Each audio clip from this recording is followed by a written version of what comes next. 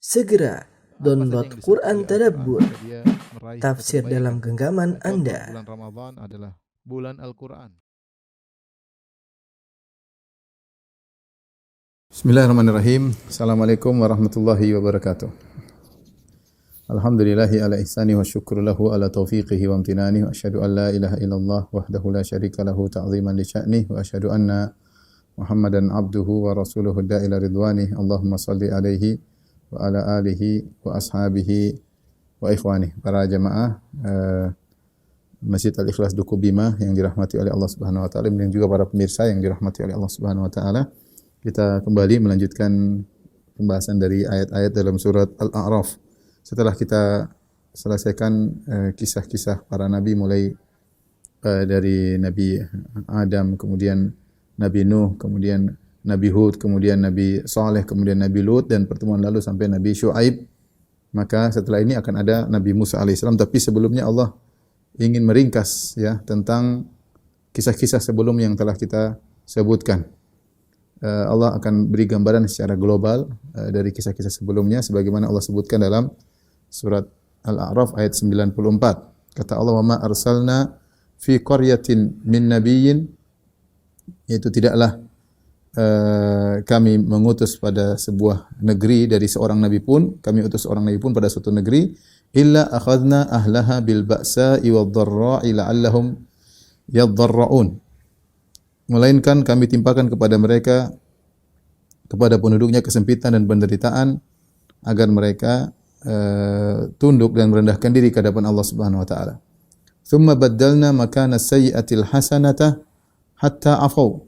Kemudian kami ganti kesusahan itu dengan kesenangan hingga hatta afau itu sampai mereka memiliki harta yang banyak, memiliki anak yang banyak ya.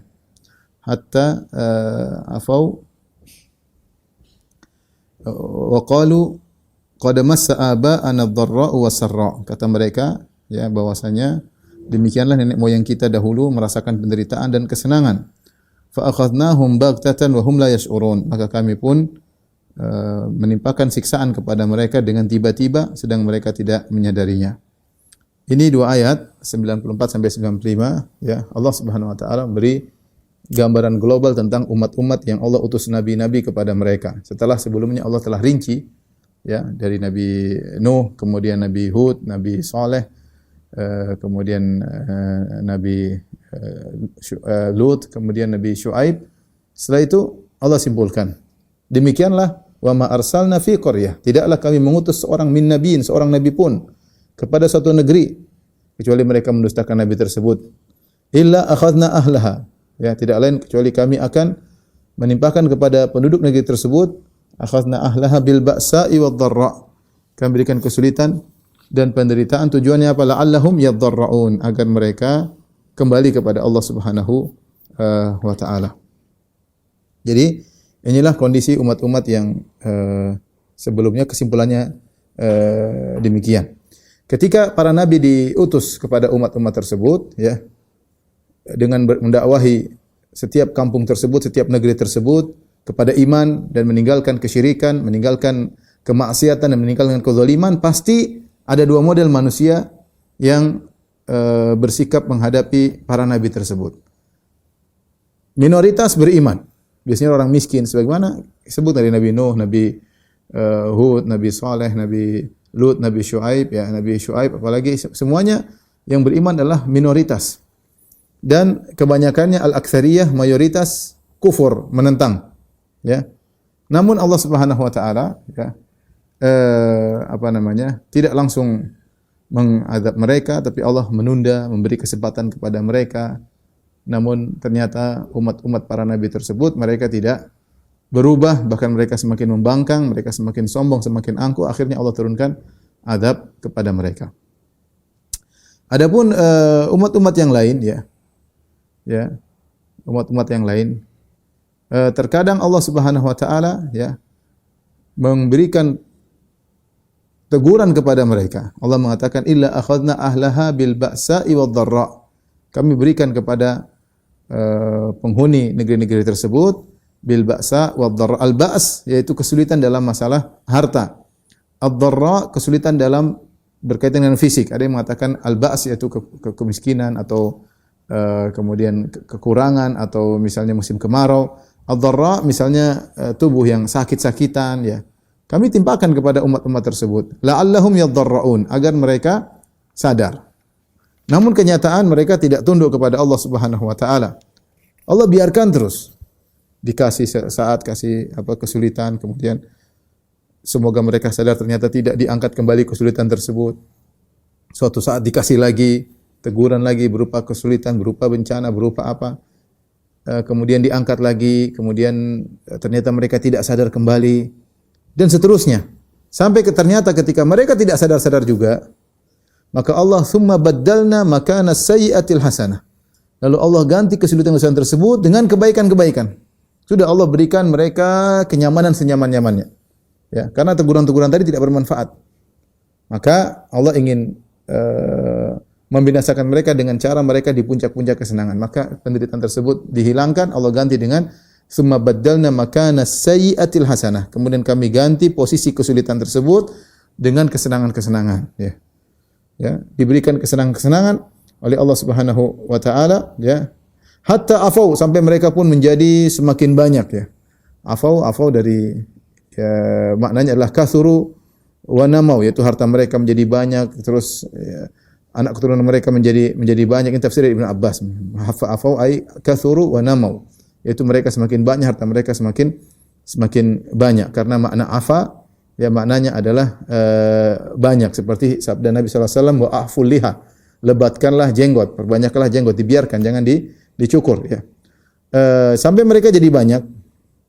Ketika mereka sudah menjadi banyak jumlah mereka, harta mereka semakin banyak, mereka berkata, wa qalu qad massa aba'ana was-sarra qad massa aba'ana ad-dharra was-sarra. Sungguh nenek moyang kita sudah ditimpa dengan kemudaratan, penderitaan fisik, dan juga nenek moyang kita pernah ditimpa dengan kesenangan, mengalami kesenangan.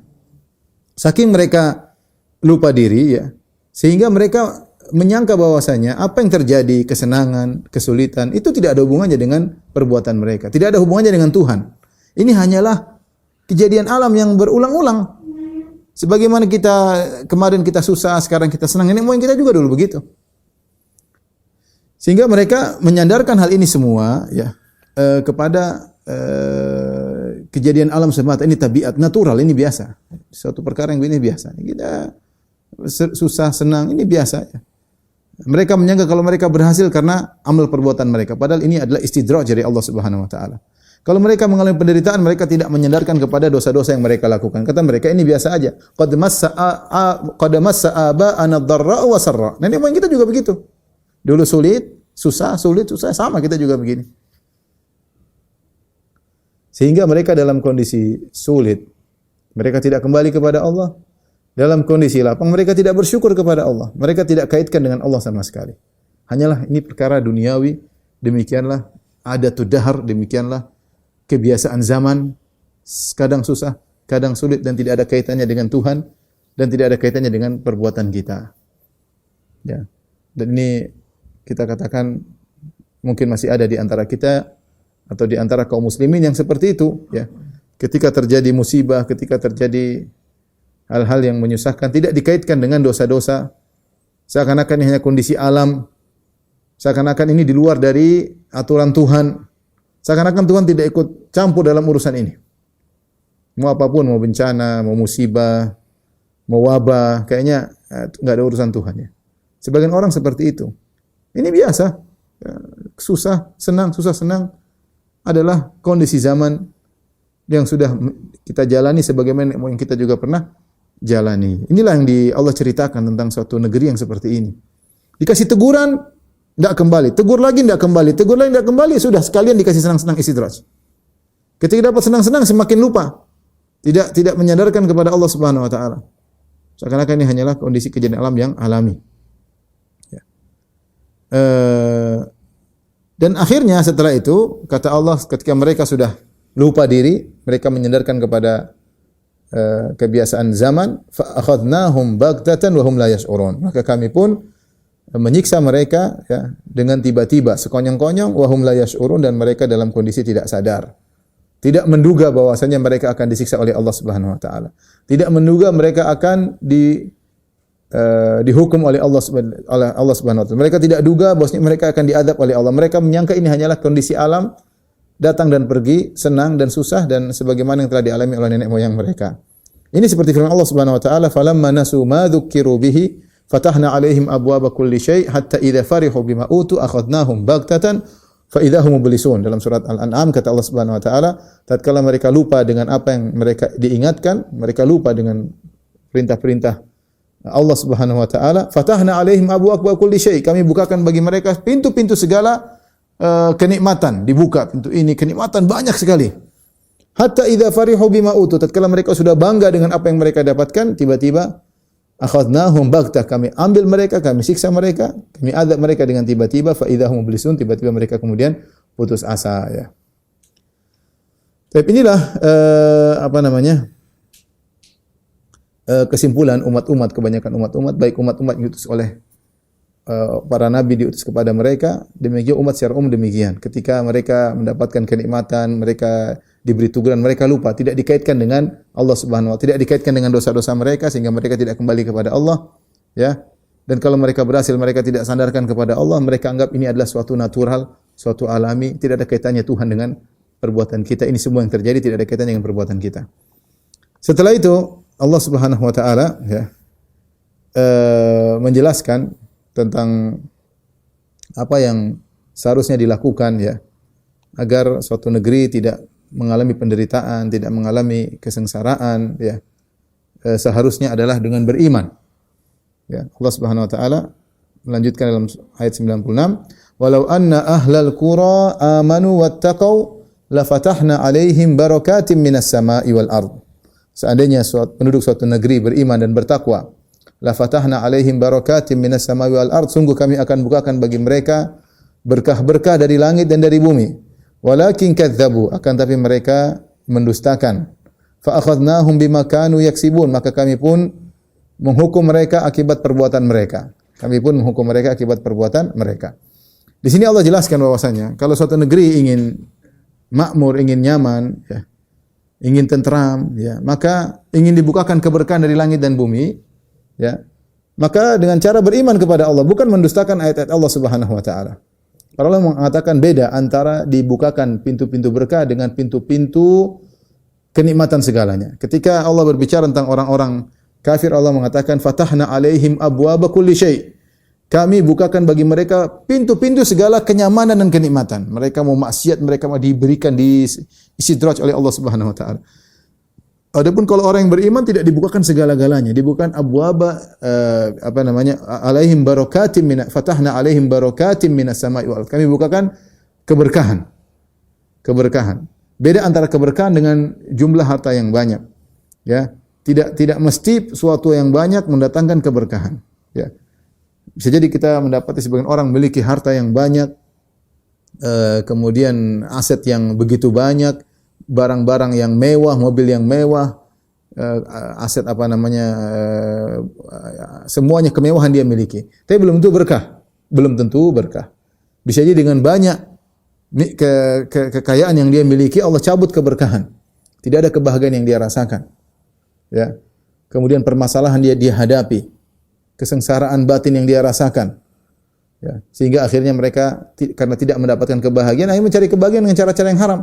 Dengan berzina, dengan narkoba, ya, dengan hal-hal yang aneh-aneh, sehingga mereka melakukan kelainan-kelainan, mereka berfantasi yang tidak-tidak, ya. Mereka tidak menemukan kebahagiaan. Jadi namanya keberkahan tidak mesti dengan jumlah yang banyak, ya. Kita dapati sebagian orang mungkin hartanya tidak banyak, ya, pas-pasan, tapi dia bahagia, tentram. Kita lihat dia selalu tersenyum, ya. Keluarga sederhana tapi senyum, rajin ibadah. Tenaganya diberkahi oleh Allah Subhanahu wa taala, ya. Sehingga tenaganya tidak habis sia-sia, uangnya yang mungkin tidak begitu banyak berkah untuk dirinya, untuk keluarganya, untuk ayah dan ibunya, untuk kerabatnya, ya. Itu pun mungkin dia bisa kumpul uang untuk bisa umrah, bisa haji meskipun mungkin reguler, tapi berkah, kehidupannya berkah. Waktunya dia untuk baca Quran, untuk jauh dari kesombongan, jauh dari hal-hal yang diharamkan oleh Allah Subhanahu wa taala. Jadi beda antara keberkahan dengan harta yang banyak. Tidak harus melazimkan namanya berkah harus harta yang banyak, tidak harus. Makanya kata Allah Subhanahu wa taala, "Anna ahlal qura amanu wattaqau la fatahna 'alaihim barakatim minas sama'." Seandainya penduduk negeri beriman bertakwa, kami bukan pintu-pintu keberkahan dari langit dan bumi. Apalagi kalau ternyata harta yang banyak tersebut dipegang oleh orang soleh. Nabi mengatakan, "Ni'mal mal salih li rajul salih." Sebaik-baik harta yang baik jika dimiliki oleh seorang yang soleh, ya. Maka dia semakin menambah amal soleh dia dengan harta yang banyak, ya. Oleh karena bisa jadi suatu negeri, subhanallah, suatu negeri sumber kekayaannya sangat banyak, punya ini, punya anu, tapi belum tentu berkah, Kapan? Ketika penduduk negerinya tidak beriman. Ketika penduduk beriman tidak beriman kepada Allah atau melanggar perintah-perintah Allah, membangkang, bermaksiat secara terang-terangan, maka Allah cabut keberkahan tersebut. Ya. Mungkin kelihatannya kekayaan banyak, tapi ternyata hidupnya susah misalnya. Ataupun kalau mereka hidup senang-senang, mereka tidak bahagia. Hidupnya hanya foya-foya, bermaksiat kepada Allah Subhanahu wa taala, tidak tahu tujuan hidup apa, tahu-tahu bunuh diri, tahu-tahu ini, tahu-tahu broken home, tahu-tahu macam-macam yang dialami oleh orang-orang yang tidak dekat kepada Allah Subhanahu wa taala. Artinya, ikhwan dan akhwat yang dirahmati Allah Subhanahu wa taala, di antara solusi agar seorang menghadapi kesulitan dihadapi, baik kesulitan ekonomi maupun kesulitan apapun, ya, maka dengan takwa. Dengan takwa. Makanya Allah mengatakan, lihat umat-umat sebelumnya Allah binasakan. Kenapa? Karena mereka lupa diri. Mereka dikasih istidraj oleh Allah, akhirnya mereka pun lupa, seakan-akan semua keberhasilan mereka bukan dari Allah Subhanahu wa taala. Kalau ada teguran seakan-akan hanya natural, bukan dari Allah Subhanahu wa taala. Allah bilang, lihatlah, kalau kalian ingin dapat keberkahan, jadilah kaum yang bertakwa seperti penduduk negeri yang bertakwa. Dan ayat-ayat yang semisal ini, bahwasanya jika orang bertakwa Allah kasih kemudahan bahkan perkara dunia, ya, sangat banyak, ya. Seperti ini ayat di antaranya, walau anna ahlal qura amanu wattaqu la fatahna 'alaihim barakatim minas sama'i wal ard. Seandainya penduduk negeri beriman bertakwa, maka kami bukan berkah dari langit dan bumi, ya. Allah berikan rezeki, Allah berikan kemudahan. Rezeki tersebut rezeki yang berkah. Rezeki yang berkah. Kalaupun Allah kasih banyak tersebut berkah. Bukan banyak yang menipu, banyak yang membinasakan, banyak menimbulkan masalah, tidak. Tapi banyak harta yang menimbulkan keberkahan. Seperti firman Allah Subhanahu wa taala, ya, tentang perkataan Nabi Nuh alaihissalam kepada kaumnya, faqultu astaghfiru rabbakum innahu kana ghaffara yursilis samaa'a 'alaikum midrara wa yumdidukum bi amwal wa banin wa ja'alakum jannatin wa ja'alakum anhara. Aku berkata kepada mereka, ya, istaghfir rabbakum, mohon ampunlah kepada Rabb kalian, innahu kana ghaffara, sesungguhnya Allah Maha Pengampun. Kalau Allah sudah mengampuni kalian, yursilis samaa'a 'alaikum midrara. Kalian sekarang kemarau, Allah akan turunkan hujan yang deras. Kalian sekarang tumbuh-tumbuhan susah, Allah akan wa ja'alakum jannatin, Allah bukakan bagi kalian kebun-kebun. Wa ja'alakum anhara, tidak ada air yang mengalir, Allah akan bikinkan sungai yang mengalir di depan kalian dengan syarat kalian bertakwa kepada Allah Subhanahu wa taala.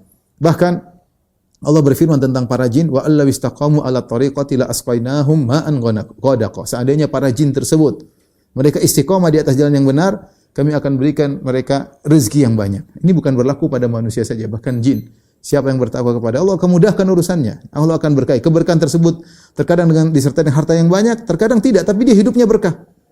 Hidupnya berkah. Contohnya lagi, Allah berfirman, "Istaghfiru rabbakum tsumma tubu ilaih yumatti'ukum mata'an hasanan ila ajalin musamma." Istighfarlah dan bertobatlah, maka Allah akan berikan kalian kesenangan sampai waktu yang ditentukan.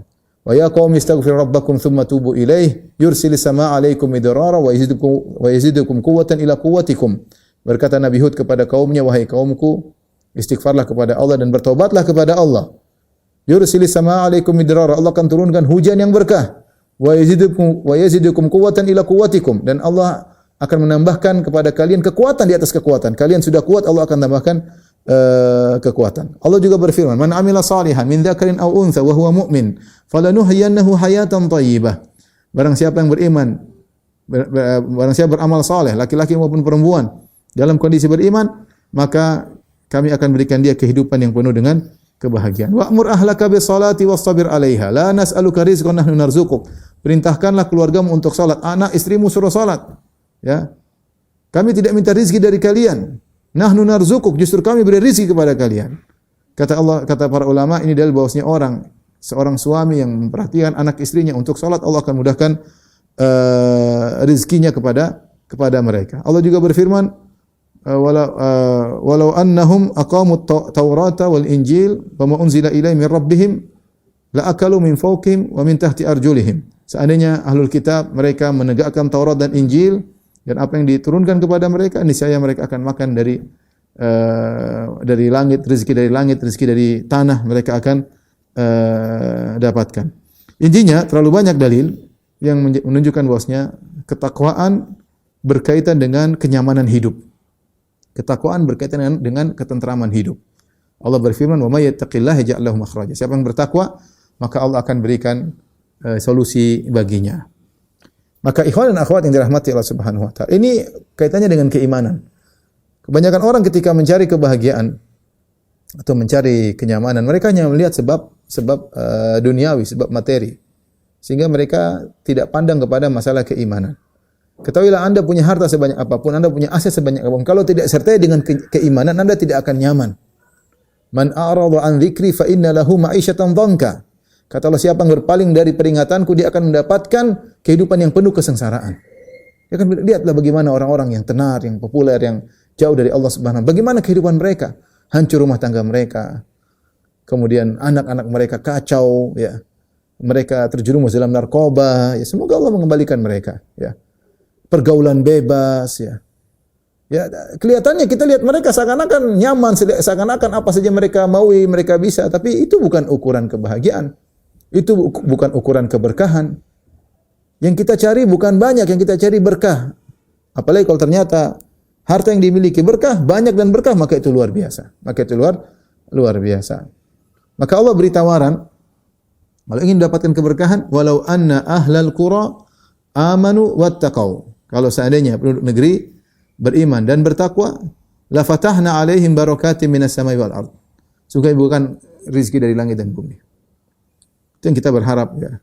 Kita di tanah air semuanya, baik penguasanya, baik rakyatnya, ya. Baik guru-guru, baik murid-murid, baik dai-nya, semuanya berusaha untuk bertakwa kepada Allah. Kita tanah air, apa yang kurang tanah air kita ini? Ya. Orang bilang tanah kita tanah surga katanya. Taruh apa saja tumbuh katanya. Tanah siapa sampai ada dulu istilah Indonesia surga, ya. Tapi ada yang mengatakan ya surga tapi yang tinggal banyak orang susah, surganya orang miskin, ya. Tapi surga nyaman luar biasa, ya. Keindahan, alam yang indah, ya. Hasil bumi yang banyak, semuanya ada di tanah air. Yang kurang cuma ketakwaan. Saya bicara bukan dari semua sisi, semua lini. Perbaiki diri, baik penguasa, baik pejabat, baik masyarakat, baik dai-nya, ya. Baik audiensnya, baik kepala rumah tangga, baik para istri, ya. Masing-masing bertakwa kepada Allah, anak-anak di sekolah. Ya, ini karena benar-benar bahwasanya keberkahan terkait dengan masalah ketakwaan. Ini kita imani. Kalau kita semakin perbaiki ketakwaan dari segala lini, insyaallah negara kita akan menjadi negara yang makmur. Ya. Jadi negara yang makmur. Akan bersih dari namanya korupsi dan macam-macam, ya. Semuanya harus diperbaiki, ya, baik atasan maupun bawahan. Kemudian Allah Subhanahu wa taala berfirman, walakin kadzabu, akan tapi mereka mendustakan. Mereka tidak beriman, ya. Sehingga Allah tidak bukakan keberkahan langit dan bumi. Fa akhadnahum bima kanu yaksibun. Maka kami pun menghukum mereka akibat ulah perbuatan mereka, ya. Kami hukum mereka akibat perbuatan mereka. Kemudian, dan ini harus kita ingat, semua musibah yang menimpa akibat ulah perbuatan kita, ya. Ini tidak bisa kita ingkari, ya. Zaharal fasadu fil barri wal bahri bima kasabat aydin nas. Telah nampak kerusakan di daratan dan lautan akibat perbuatan manusia. Diudhiqahum ba'dhal ladzi amilu. Allah menciptakan kerusakan di daratan dan lautan agar memberikan hukuman kepada mereka akibat perbuatan mereka. La'allahum yarji'un, agar mereka sadar. Agar mereka sadar. Teguran-teguran Allah beri ini agar kita sadar, ya. Musibah apapun, termasuk sekarang yang sedang kita timpa, musibah corona, ya. Kita semua sadar bahwasanya kita banyak dosa. Kita harus kembali kepada Allah Subhanahu wa taala. Secara sebab materi kita kerjakan ya. Vaksin kayak kemudian kita pakai masker kayak, tidak terlalu banyak ketemu dalam kerumunan, tidak ketemu banyak orang, tapi ketakwaan kita perbaiki. Ketakwaan kita perbaiki.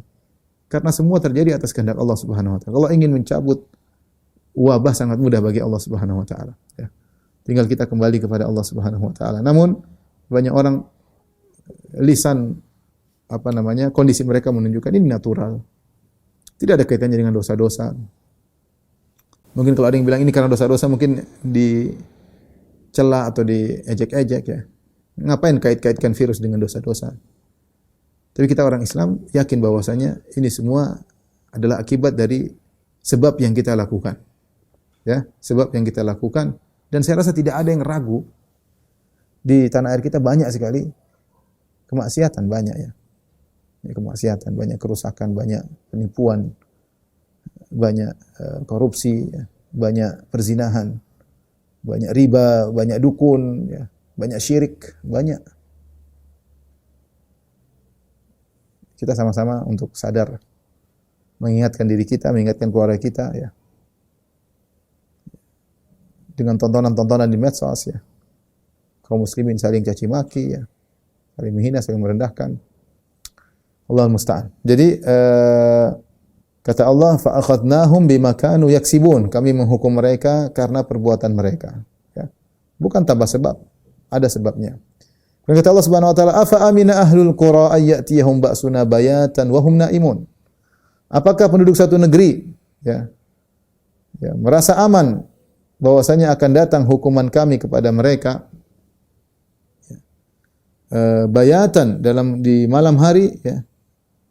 Wa hum naimun, mereka dalam kondisi sedang tidur ya. Apakah penduduk negeri-negeri itu merasa aman dari kedatangan siksaan kami kepada mereka di malam hari di waktu mereka sedang tidur? Kemudian kata Allah, awa amina ahlul qura ay ya'tiyahum ba'suna dhuhan wa hum yal'abun. Ataukah mereka merasa aman penduduk negeri tersebut bahwasanya siksaan kami akan datang kepada mereka dhuhan, di waktu duha, wa hum yal'abun, dan mereka sedang bersenang-senang, sedang bermain-main, tiba-tiba Allah turunkan azab kepada mereka. Ayat ini, afa amina ahlul qura, apakah penduduk suatu negeri? Sini penduduk suatu negeri maksudnya apa? Apakah negeri-negeri yang sudah Allah ceritakan dari kaum Nabi Nuh, kaum Hud, kaum Ad, kemudian kaum Samud, kemudian kaum Nabi Lut, kemudian kaum Madian, kaum Syuaib, ataukah di sini maksudnya umum? Ya. Sebenarnya mengatakan ini maksudnya berkaitan dengan negeri-negeri yang Allah sudah ceritakan, yang Allah binasakan mereka, yang Allah kirim adab kepada mereka. Allah kirim adab kepada mereka, ya. Apakah mereka merasa aman kalau mereka tidur tidak akan datang azab? Terkadang azab datang di malam hari. Ataukah mereka merasa aman kalau mereka sedang bermain-main, lupa diri bahwasanya azab tidak akan datang, terkadang azab datang di siang hari. Kata Allah, afa aminu makrallah, apakah mereka merasa aman dari makar Allah Subhanahu wa taala? Fala ya'manu makrallahi ilal qaumul khasirun. Tidak ada yang merasa aman dari makar Allah, tipu daya Allah, kecuali orang-orang yang merugi. Makar secara bahasa adalah trik yang halus yang kemudian mengantarkan seorang kepada keburukan ya, makar atau al-kaid atau al-makar, yaitu cara yang lembut tidak disadari oleh orang tersebut, kita bawa dia pada menggiring pada suatu kerusakan atau kebinasaan tanpa dia sadari. Dan makar kalau dilakukan oleh manusia, maka ada yang baik dan ada yang buruk. Kalau yang baik misalnya karena dia memang membalas atau memberi hukuman kepada orang yang jahat dengan melakukan tipu daya sehingga orang tersebut tidak sadar ternyata digiring kepada hukuman untuk dia. Maka ini namanya makar yang baik. Adapun makar yang buruk yaitu dengan yang bangun di atas kezaliman. Ya, mengantarkan seorang tanpa dia sadari dengan lembut, dengan pelan-pelan, ternyata kita menzalimi dia. Waliyadzubillah, itu namanya makar yang buruk. Jadi manusia terkadang makarnya baik, terkadang makarnya buruk. Tapi kalau untuk Allah Subhanahu wa taala, maka makarnya semua baik, karena Allah tidak membuat makar kecuali kepada yang membuat makar juga, berbuat makar juga. Wa makaru wa makarallah wallahu khairul makirin. Wa yamkuruna wa yamkurullah, ya. Ya, wallahu khairul makirin. Bahwasanya mereka berbuat makar kepada Allah dan Allah berbuat makar kepada mereka, Allah sebaik-baik yang melakukan makar. Makar, maka Allah Subhanahu wa taala tidak dikatakan sang pembuat makir, tidak, tapi kita bilang Allah berbuat makar kepada orang yang berbuat makar. Allah berbuat makar kepada mereka yang berbuat makar. Dan makar Allah lebih hebat daripada mereka. Oleh karenanya Allah, caranya di antara Allah sebutkan tadi, Allah kasih teguran-teguran mereka tidak mau, Allah kasih kenikmatan, diistidrajkan. Ketika mereka sudah di puncak-puncak kesenangan, di puncak-puncak kesombongan, di puncak-puncak keakuan, tiba-tiba Allah beri hukuman kepada mereka. Ini makar Allah Subhanahu wa taala, maka semuanya terpuji karena makar tersebut hanya ditujukan kepada orang yang berhak untuk dihukum. Allah Subhanahu wa taala mengatakan, "Afa aminu makrallah?" Apakah mereka merasa aman dari makar Allah? Oleh karena di antara dosa besar adalah merasa aman dari makar Allah Subhanahu wa taala. Terkadang kita terjerumus dalam maksiat, kita merasa aman. Enggak lah, Allah tidak akan. Kita enggak boleh merasa aman, itu dosa. Ya. Sehingga rasa takut hilang ketika kita masuk dalam maksiat, seakan-akan kita aman. Biasanya kita aman kok sebelumnya. Allah tidak pernah menyiksa kita, ya. Kita khawatir itu adalah perasaan aman dari makar Allah Subhanahu wa taala, ya. Dan kita hilangkan. Kalau kita bermaksiat, kita takut kepada Allah, hendaknya kita istighfar kepada Allah. Bukan kita merasa aman, santai aja. Enggak. Saya tidak akan dikenai azab Allah, saya tidak akan ditegur oleh Allah Subhanahu wa taala. Ya. Kalau buktinya betapa banyak orang tiba-tiba bermaksiat kemudian dia meninggal dalam kondisi bermaksiat. Sedang bermaksiat, su'ul khatimah, kemudian dihukum oleh Allah, dicabut nyawanya. Kenapa? Dia ada merasa aman dari makar Allah. Dia merasa aman, ya. Seorang jangan demikian. Taruhlah dia meskipun dia bermaksiat, jangan dia merasa aman, karena merasa aman dari makar Allah adalah perbuatan dosa besar. Fala ya'manu makrallahi ilal qaumul khasirun. Tidak merasa aman dari makar Allah kecuali orang-orang yang merugi, ya. Kemudian Allah Subhanahu wa taala berfirman, "Awalam yahdil ladzina yarithuna al-ardha min ba'di ahliha?" Ya, kata Allah Subhanahu wa taala, "Awalam yahdil ladzina yarithuna al-ardha min ba'di ahliha allau nasha'u asabnahum bidzunubihim wa natabau ala qulubihim fahum la yasma'un." Dan apakah belum jelas bagi orang-orang yang menempati suatu negeri sesudah lenyap penduduk sebelumnya? Ya. Allau nasya, kalau Allah berkehendak, kami berkehendak, ya, kami akan azab mereka karena dosa-dosa mereka. Wa natabu ala qulubihim fahum la yasma'un, dan kami kunci mati hati mereka agar mereka tidak dapat mendengar pelajaran dari kami lagi. Ayat ini maksudnya apa? Allah ingatkan sebagian kaum, ya, mereka tinggal sekarang dalam kondisi nyaman. Ini Allah berbicara tentang kaum Quraisy. Kalian merasa nyaman. Tidak kalian tahu umat-umat sebelum kalian, mereka pernah disiksa, ya, pernah dihukum. Seperti kaum Samud di Jazirah, di kota Al-Ula, di mana Allah binasakan mereka, dan kalian bisa lihat bagaimana nasib mereka. Bagaimana Allah binasakan mereka setelah mereka mencapai kejayaan dari sisi duniawi, di mana mereka membuat istana di tempat yang landai dan mereka memahat gunung untuk menjadi tempat tinggal mereka, ya. Apakah mereka tidak ingat akan hal ini? Allah mengatakan, "Allau nasya'u asabnahum bidzunubihim." Kalau Allah berkehendak, kami berkehendak, kami akan mengadab mereka sebagaimana kami mengadab orang sebelum mereka. Orang yang sekarang tinggal di orang ini, Allah bicara tentang orang Quraisy. Kami bisa saja mengadab kalian sebagaimana kami mengadab umat-umat sebelum kalian. Ya. Hendaknya kalian mengambil pelajaran dari apa yang telah menimpa umat-umat sebelum kalian. Kemudian kata Allah, "Wa natabau ala qulubihim fahum la yasma'un." Dan kami tutup, ya, hati mereka sehingga mereka tidak bisa lagi mendengar kebenaran. Wa natabau di sini, ya, kata Allah Subhanahu wa taala, "Allau nasya'u asabnahum bidzunubihim." Kalau kami berkehendak, kami akan timpakan hukuman kepada mereka akibat dosa-dosa mereka, dan kami akan menutup hati-hati mereka. Di sini ada khilaf di kalangan para ulama, ya. Intinya ada yang mengatakan bahwasanya wa natabu ala qulubihim, ya. Ini adalah Allah bercerita kaum-kaum Allah tutup hati mereka sehingga mereka tidak beriman, sehingga mereka diberi azab oleh Allah Subhanahu wa taala. Ini pendapat pertama secara singkat. Ya, bahwasanya Allah menggunakan fi'il mudhari' wa natabu ala qulubihim. Allah tidak menggunakan fi'il madhi. Padahal sebelumnya Allah mengatakan asabnahum bidzunubihim, kami pakai asabna itu pakai fi'il madhi. Kami timpakan kepada mereka hukuman akibat dosa-dosa mereka. Wa natabau ala qulubihim, ini adalah kalimat yang baru. Allah bercerita bahwasanya kenapa mereka demikian? Karena kami telah menutup hati-hati mereka, makanya Allah menggunakan fi'il mudhari'. Ya, kami menutup hati-hati mereka sehingga mereka akhirnya tidak mendengar ayat-ayat kami dan mereka pun diadab oleh Allah Subhanahu wa taala. Sebagian ulama berpendapat tidak, ini ayat bersambung. Jawab dari lau, ya.